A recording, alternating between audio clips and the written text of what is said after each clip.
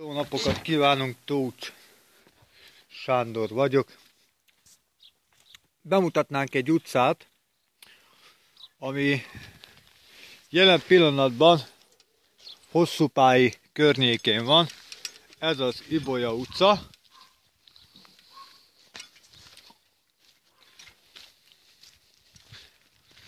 És azért videózom le ezt az utcát, mert elég sok család lakik erre, mint lehet is tudni. És nagyon sok a gyermek, hála jó Istennek.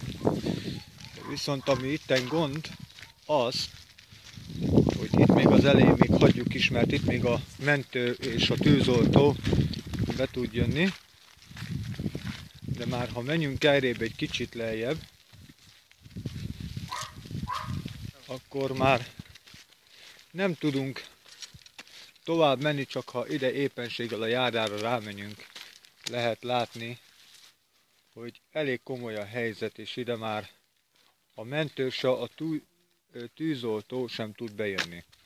Legutóbb itt egy szomszédi családban egy tűzoltó jött ki, mert a gázpalac majdnem felrobbant, és sajnos nem tudott bejönni a tűzoltó, mivel ilyen út van ezen az Ibolyai utcán.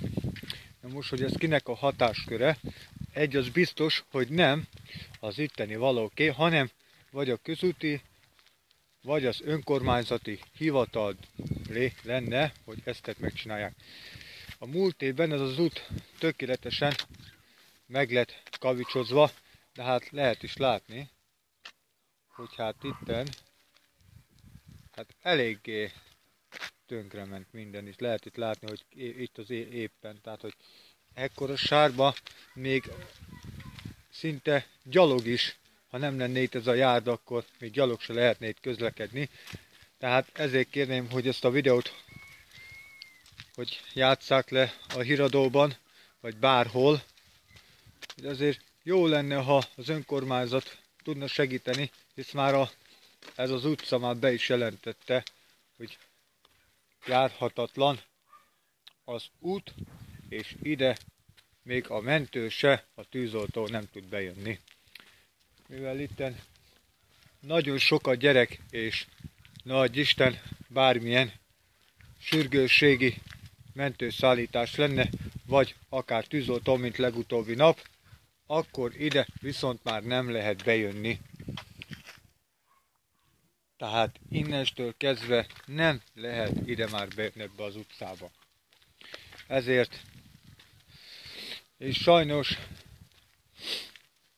hogy ezt most ki tudunk ebben hibáztatni, biztos, hogy nem ezt az utcát, mivel ez az utca nem az emberekhez tartozik, hanem az önkormányzathoz, vagy a közúté, fogalmam sincs, mondjuk ez engem nem is annyira aggaszt, mivel én nem is erre lakom, de megkértek erre, hogy ezt az utcát videózzam le, és én jó szívvel fel is fogom tenni az RTL Klub és a TV2 honlapjára, meg talán még az M1-ére is, de nem azért, mert hogy az önkormányzat ellen akarok én menni, mert nekem semmi bajom nincs senki semmivel, hanem azért jó lenne, ha felfigyelnének erre az utcára, mert